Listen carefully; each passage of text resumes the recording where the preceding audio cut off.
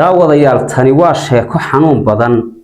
waxaad ogaan doontaa xaqiiqada dhabta ah ee ay ku saabsan tahay waxay si joogto ah uga dhacdaa goobaha caafimaad ee ku yaala dhulka Soomaalida waxa jira bukaanada goobaha caafimaad yimaada in siyaabo kala duwan looga faa'iideysto iyo waliba kuwa loogu jecel yahay oo ay kamid yihiin hooyooyinka fooranaya sirta ganacsi ee inaga daahneed waxa dibadda keenay dhakhtar aan halkan muuqaalkiisa idinku tusi doono balse isaga laftigiisu muu ogeyn in laga duubayo dhinaca commentiga aragtidiina nagula wadaaga oo sidoo kale share gareeya barnaamijka like tan saara waxa yaabkii adduunka ugu weynaaya qaabka looga ganacsado dumarka fooranaya ee la qalayo waana waxyaabaha ugu badan ee imika ka dhaca goobaha caafimaadka bal haddaba inta aanan sheekada gudagelin dhakhtarkan war ila daawada waxa uu jecel lahaa haweenka uurka leh okay haweenka uurka leh haddii canuga uu ka soo jeedo xataa gabadha waxa ka shaqeynaa in la qalo sababta ku sheegaa qofka haddii la qalo qiimo gaar ah waa haddii si caadi gabadh intee noogu umusho ee naga tagtana $40 marka ma isbixi karaa isbitaalka adala farka su'aasha ku weydiiye waa maya marka waxa sameynaa qofka qalliina u dirnaa canuga hadduu soo jeedo xataa hal qal hal boobsi hal gaarsiin Allah waa la qala qofkaas 3 maalin meesha ku haysanaa jiifa gelina hawla gelina total marka lacagta $100 afka u saaranta afsaxna $40 marka iyo $100 adii la farkaaga meesha ka qaada lahayd waa fahmi kartaa ay waayeen la kaamirada ka waay hadafka qof bukaan annaga ma aha hadafkiina macnaha sida warka ay ka dhadhaminayo macnaha qof dhali karo oo hadii cabaari la socodsiin dhali karo in la naafeeyo waxa laga fiirinaa lacagta ee ma laga fiirinaa qofka maxaa u dana dhaxdayra ka sheekana oo isbitaalkeena ka dhacday okay gabar foolnaysa nootimid si caadi oo dhali karta أدي أو حكوا نحن جوادنا ولا قلا واتقانا فاميليا قلين مايا إسبتال كذا أذينا هو أبوها اختار أدي أو حال الله جوادنا سيف عوامل الماء وجعلهن مقتها هو يكسر على هذه الموت وجعلهن اختار أدي أو تقبلي واحد هذه مخلها فاميل كوركود كبح عنو بلادانا الضخنا أنا الشمال أو تيسم قبه دور هديك الإكفشن وقول الله عنو قام hadduu caad u nasho wala tabliiqina wala wahabiye si fiican loo weenahay gabadha marka ilmaha wajacasha mugta gabadhii la dagaalay harka hooyadeed yaabaheedaas mi maqlaysiina waa in nacdeen hal qalo hal bobsi dhinacana laga soo galay cidii diidan qaleenka oo xoogaa wax fahamsan gabadhoodii mararka qaar ku taageerayaan waana ku taageereen baadooy wax dhahan hana loo qalo gabadha ayadana ka soo qalqaalisay waxaana ka shaqeysay dhakhtaradii ka shaqeysay saasa lagu qalay 3 maalin joogtay 3 maalin waxa la dajiyay qolfi ay biye meesha daawo badan lagu siiyay adiga $40 meesha qaada lahayn kun nadiif ah meesha iska daf waa hagaag dhakhtarkani wuxuu inagula hadlay hadal aynu wada fahmi karayno sidoo kale waxa laga yaabaa daawadayaasha imika ay daawanaya qaar badan inay xaaladan oo kale gubjoog ka ahaayeen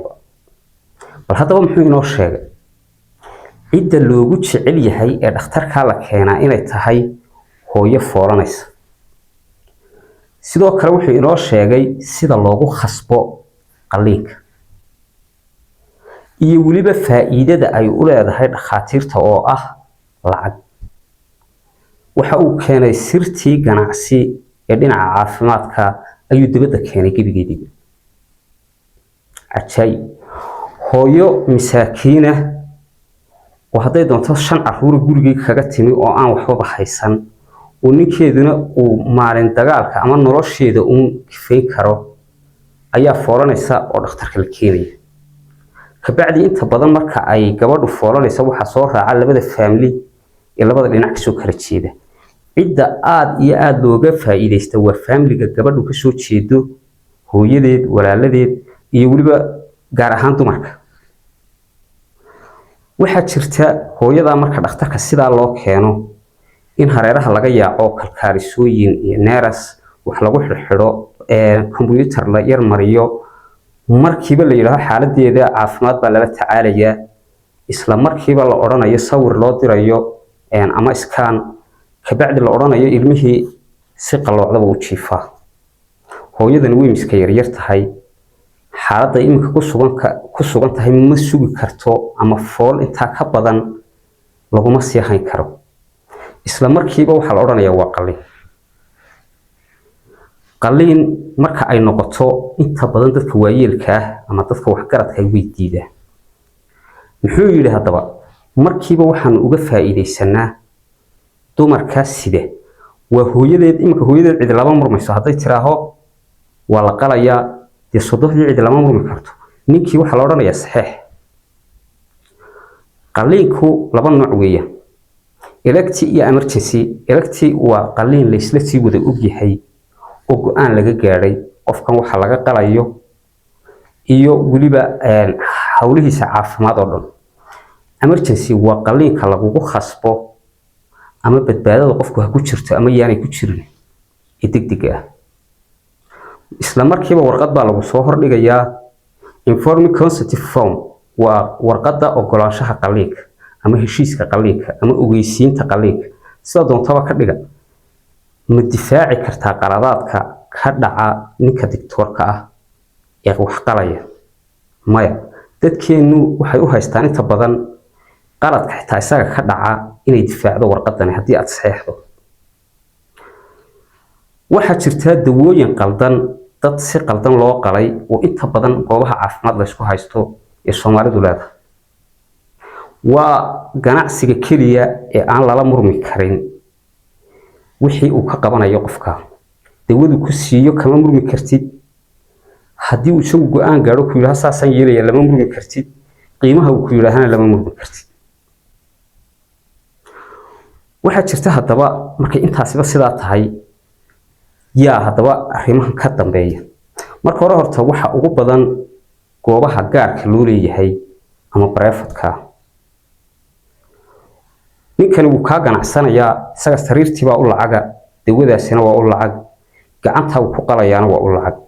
waxa uu inoo soo sheegay gabadhu haddii ay si caadi ah u umusho inaan waxba faa'iido ay ugu dhex jiray $30 $20 laga qaadanayo laakiin haddii ay qalaan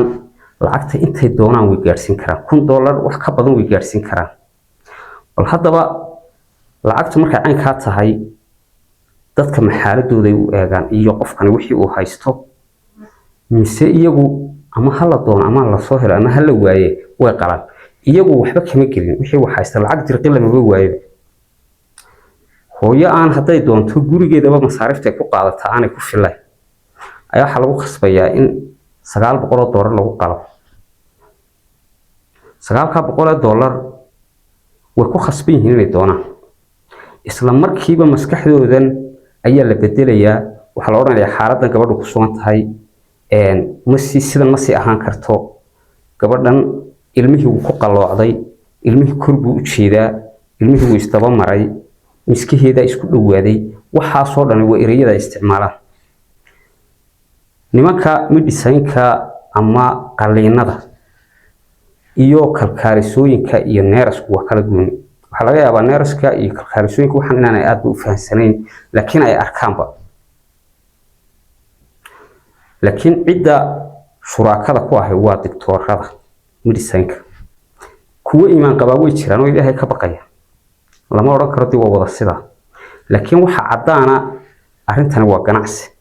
ganacsigana siyaabo looga faa'iideysto leeyahay sidii looga faa'iideysan jiray waxa inoo dhameystiray ninkan la kamarada inta ay u kashif waxa labaad ee la jecel yahay waa ilkahana la daawado qolooyinka ilkaha maadaama ay dhalinyarada ilkaha ku dhiban yihiin oo ilkii la xiraayo qolooyinka dentist ma leeyahay qayb dentist ma leeyihiin waa qaybta haweenka qaybta noogu xigta waa faa'iido markii loo fiiriyo ilkaha okay ilkaha markii la xiro oo qofka loo xiro ma ogtahay kira iskaga ka soconaysa nin guri ka dego kala waayay qofkaas sababtoo ah uu ka tagaa biraha isku xiran waxa leedahay bisha markay dhamaato imaw waa ku imaanaa markuu yimaadana $10 ama $20 ka qaada qof asaa u heshiis qaar $20 dadka lacagta leh oo ilka u xirnay halka mar ay noo yimaadaan $30 $20 ka qaadna waxa loo toosiyaa waa laga dhaqaa daawayro meesha noo taalo aanan siin hadaa siin guriga ku habeysana marka ma siinayno daawada sarigna uu siinayna birta waa lagu toosiyay baxal leeyahay bisha kala nooy marka hadii maanta kun qof hadaa u galino ilka u xirno kun kaas qof biila nooga socdo kira caadi nooga socdo marka tan ugu fiican ilkaha wuxuu inoo sheegay inay hadbad aan dhammaanayn ay tahay kun qof haddaad u xidho bishii walba aad lacag ka qaadanayso haddaba ilkahani waa kuwa ugu badan ee marka dhaqaaluhu galo kuwa la furayo iyo kuwa la xidhayo iyo kuwa la casaynayo iyo kuwa la dhaqayo iyo kuwa la soo gurayo adigu way fara badan yihiin waa faakihaadsi haddaba ilkuhu waa nin qof lacag haysta unbaa intuu tago ama ilka cadaysanaya ama ilka xidhaya ama ilka furaya ama rinji ku samaynaya laakiin hooyada foolanaysa ee lagu khasbayo in la qalo iyada ayaa dhigta loo saaraya la oranayaa waxa doonaysa ilmo kala qalooca inaad dhasho waxa doonaysa ilmo baarleysa inaad dhasho waxyaabaha wuxuu yiri dumarku way ilmo jecel yihiin buu isla markiiba qayray ooda ka qaadaysa waxa oranaysa saxiixa soo kale waaba lala qabsado waxa jira kuwa iyagoo aan xanuunsanaynba iyagu iskood intay u tagaan foosha ka baqa oo in la qalo damca waa dhaawac nolosheeda inta ka hadhay ka qayb qaadanaya waayahay intaaba marka aad ka timaado xarumaha caafimaad marka hore horta qof xanuunsanaya baa jira qof xanuunsanaya baa taga oo dantu ku khasabtay marka dantu ku khasabtay diyaar uma ahayn in dee la qalo iyo in lacag badan laga qaado toona laakiin waa ganacsiga kaliya aan laga murmi karin lala ogaan karin waxba laga qaban karin doctorka laftigiisa aan arkaynba adiga qof kalkaaliyaaba marka hore ku shaqeynaya neeras ba ku shaqeynaysa kii muxuu ahaa dawooyinka iibinaya waa kaar ku jaraya doctorka waxaad arkaysaa adoo diyaara oo lacagtii intii badnayd laga soo qaaday waayo shaybaarku ku diraya markiiba shaybaarkaasi warqad yar uu ku jaraya xagee ku xanuunaysa shaybaarku ku diraya